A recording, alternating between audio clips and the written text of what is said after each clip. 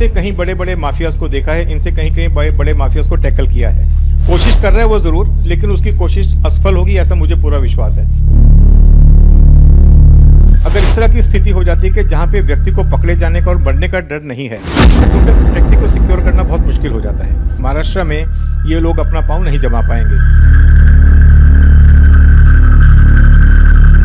लेकिन वो लोग या तो पकड़े जाएंगे या मारे जाएंगे, क्योंकि कहीं ना कहीं वो लोग भी हिंसक हैं।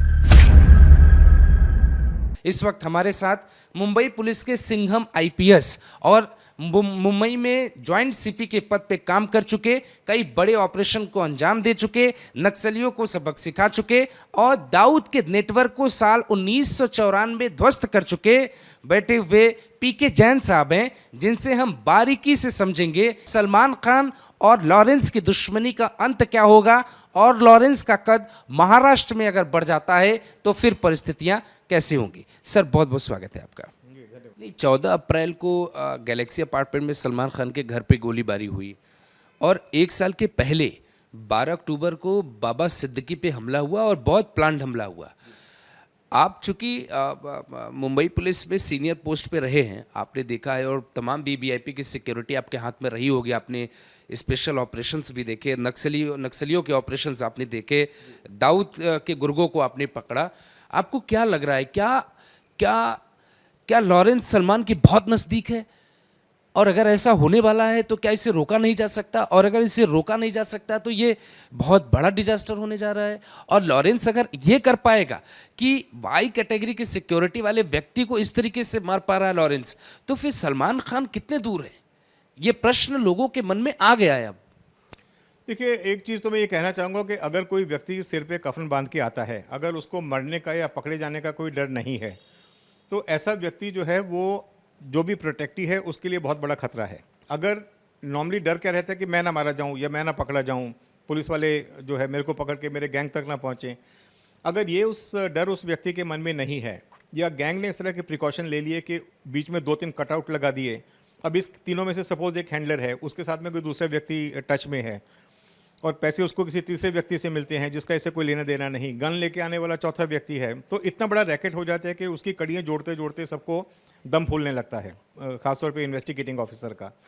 अगर इस तरह की स्थिति हो जाती है कि जहाँ पे व्यक्ति को पकड़े जाने का और बढ़ने का डर नहीं है, तो फिर प्रोटेक्टी को सिक्योर करना बहुत मुश्किल हो जाता है। इसलिए ऐसे केस में अब ये बाबा सिद्दीकी तक पहुँच गए, हालांकि उनको धमकी आ चुकी थी, उनको अपना रूटीन जो है वो थोड़ा चेंज आगे पीछे कर लेना चाहिए था। नॉर्मली प्रोटेक्टी को हम लोग एडवाइस करते हैं कि आप अपना रूटीन में थोड़ा बहुत अदल बदल कर लीजिए, ताकि सामने वाले को आपका एकदम पक्का ये ना रहे कि आप इस जगह जाते हैं, इस समय पे इस जगह से निकलते हैं वगैरह, जो भी थोड़ी बहुत प्रिकॉशन है। तो सलमान के साथ में पहुंचने का भी ये है, भी उनकी मूवमेंट वैसे ही रिस्ट्रिक्टेड रहती हैं, वो अपने घर में रहेंगे या स्टूडियो में रहेंगे कहीं पे, या कहीं जहाँ उनका कार्यक्रम है वहाँ रहेंगे। और अगर उस समय पे उनकी खुद की पर्सनल सिक्योरिटी भी है, साथ में पुलिस की सिक्योरिटी भी है। लेकिन हमला होने को तो उसके बावजूद भी हो सकता है, मैं ये नहीं कहूँगा कि हमला नहीं हो सकता, लेकिन उस हमले को नाकाम करने की जो कार्रवाई है वो भी उतने ही प्रभावशाली तरीके से की जा सकती है। अब इस केस में शायद इनको पुलिस को अंदेशा नहीं होगा कि ये मामला यहाँ तक पहुँच जाएगा और इतनी जल्दी इस तरह से फायरिंग हो जाएगी। एक सवाल मैं आपसे ये ले रहा हूँ कि हमारा वो सवाल कंप्लीट नहीं हुआ कि क्या लॉरेंस बिश्नोई सलमान खान को टारगेट कर सकता है? अगर वो कर पाएगा तो ये हिंदुस्तान के कानून व्यवस्था के लिए और महाराष्ट्र की कानून व्यवस्था के लिए बहुत डिजास्टर हो जाएगा। तो क्या करेगी पुलिस, कैसे रोकेगी? माफिया लैंड बना रहा है लॉरेंस महाराष्ट्र के भीतर, खास तौर से मुंबई के भीतर। मुंबई में नेटवर्क खड़ा हुआ तो पूरे इंडिया में खड़ा हो जाएगा। उसे आप कैसे देखते हैं? क्या करना चाहिए महाराष्ट्र पुलिस को? क्या हो रहा है इस देश में, आम भाषा में लोग कैसे समझ सकते हैं? देखिए, बिश्नोई ने पहले एक बार कोशिश की सलमान की लाइफ पे, इमीडिएटली लोग पकड़े गए, वहीं पे उसको प्लग कर दिया गया। अब ये दूसरी कोशिश हुई है।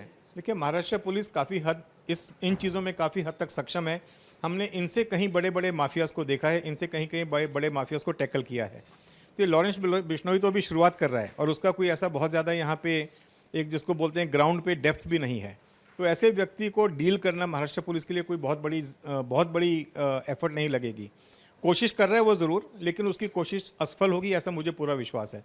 हमारे यहाँ के अधिकारी बहुत सक्षम हैं, बहुत नॉलेजेबल हैं, उनके इन्फॉर्मेंट सिस्टम बहुत अच्छा है। तो इस तरह की कोई एफर्ट कि वो अभी बाहर से आके यहाँ पे जमा ले, उसकी ज़रूर अभी कुछ एक्सटॉर्शन कॉल शुरू हो जाएंगे कुछ लोगों को, फिल्म इंडस्ट्री में हो सकता है, बिजनेस में, बिल्डर्स को, ये होगा ज़रूर। लेकिन वो लोग या तो पकड़े जाएंगे या मारे जाएंगे, क्योंकि कहीं ना कहीं वो लोग भी हिंसक हैं। आपने देख ही रहा, तो जब सामने वाला गोली चला रहा है तो इधर से भी गोली चलेगी, तो इसमें कुछ एनकाउंटर्स भी होंगे, कुछ लोग पकड़े भी जाएंगे। लेकिन मेरी जो पर्सनल गट फीलिंग है वो ये है कि महाराष्ट्र में ये लोग अपना पाँव नहीं जमा पाएंगे। ऑलरेडी इनके कुछ साथीदार पूना में भी हैं। अब ये जो इनमें से जो मेन आरोपी था वो पूना में उसने काफ़ी समय तक काम किया। जो भी भागा हुआ है जो शिव कुमार, वो भी पूना में कई दिन उसने किसी भंगार वाले के यहाँ पे काम किया। तो इन पूना में ऑलरेडी एक बहुत बड़ा गैंगस्टर्स का नेटवर्क था जिसको अभी धीरे धीरे तोड़ा जा रहा है, लेकिन वो सब प्रिडोमिनेटली लोकल गैंगस्टर्स थे वहाँ के। तो उनके साथ में मिलके उनमें से कुछ लोग दिल्ली भी जाते थे, वो लॉरेंस बिश्नोई के साथ में भी जुड़े हुए थे। हो सकता है उस नेटवर्क का बिश्नोई ने इस्तेमाल किया हो और उससे ये काम करवाया हो, और उन्हीं लोगों को वो आगे मुंबई में या आके प्रोजेक्ट करने की कोशिश करे। अब ये देखने वाली बात है, अगर पुलिस ने ये सारी चीज़ें 2 और 2 4 पहले से गिन लिया तो मुझे लगता है कि पुलिस को ये पूरा नेक्सस तोड़ने में समय नहीं लगेगा।